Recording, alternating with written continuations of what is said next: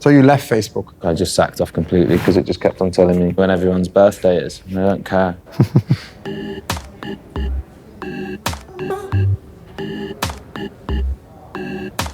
I remember about 3 years ago, I was here in the office. All of a sudden, there was a door. Secret room. This incredibly jam-packed room with lots of layers. What you saw that first time was the clothing itself and all of the artworks for the clothing. This exhibition is the first artwork which was created without the prior intention of it being for the clothing.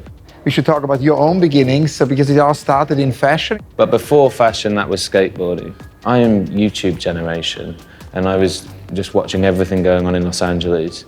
And then I took the train up to South Bank because it was near the school I went to, and then stopped going to the school and just started going to South Bank and worked out that it was going on in London. For me, a 12-year-old kid, to be introduced to that was such a contrast to anything I ever learned before, and so really it was obvious why I was just completely obsessed with it. You know, as a teenager already, you kind of founded your own brand. Yeah.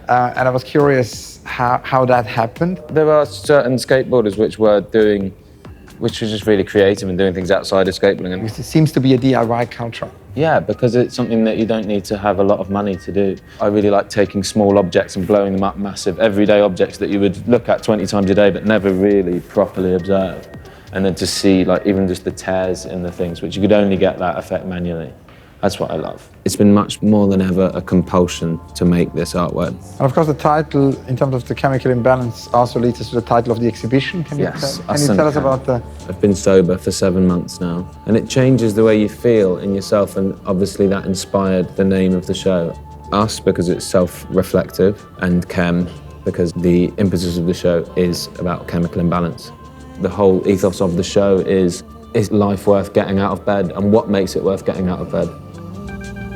I got on those pills, like antidepressants and mood stabilizers, which just turned into a total disaster for me because I started really abusing them. Spending such a long time indoors with the curtains closed, not eating, not drinking, because I had quit them.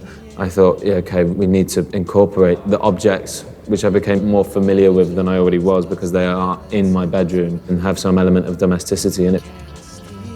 So you've got these mirrors which represent staying indoors, and then you've got mirrors which are set in windows which represent leaving the house.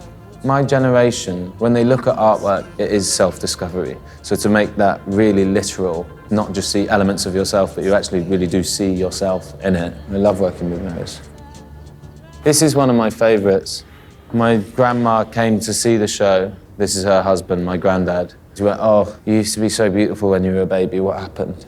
I said, "It's not me." And then she said that he looks awful. So I said, "This man that you're actually married to, you're saying he looks awful, and you're saying this baby, which is a random infant girl on a smoking pack, looks amazing." Is it active? No, it's not plugged in. We were saying, do we fill it with Prosecco? And we just thought someone's going to just come and pull the plug and flood the show on the way in. There is a connection here to Damien Hirst. Can you tell me about the dialogue? So me and Damien met in Venice, and then we met up here. So he saw that one, Beautiful Chemical Imbalance, and he just said it would look really good on a spin paint. He stands with a 15-foot wide canvas just spinning so fast, and he just chucks house paint and pours acid and everything. They're two separate objects. It's printed on glass, and then there's the painting behind it, but they totally belong together. At the beginning of my Instagram, we celebrate different forms of handwriting. Because handwriting, tagging plays such a central role in your works, I thought maybe you could write something Let's and write we film one, it. yeah. No? Yeah, let's do it.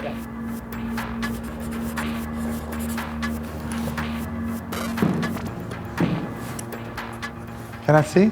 Mm-hmm. Right. Our father Thames, a devoted parent who's never too old to work.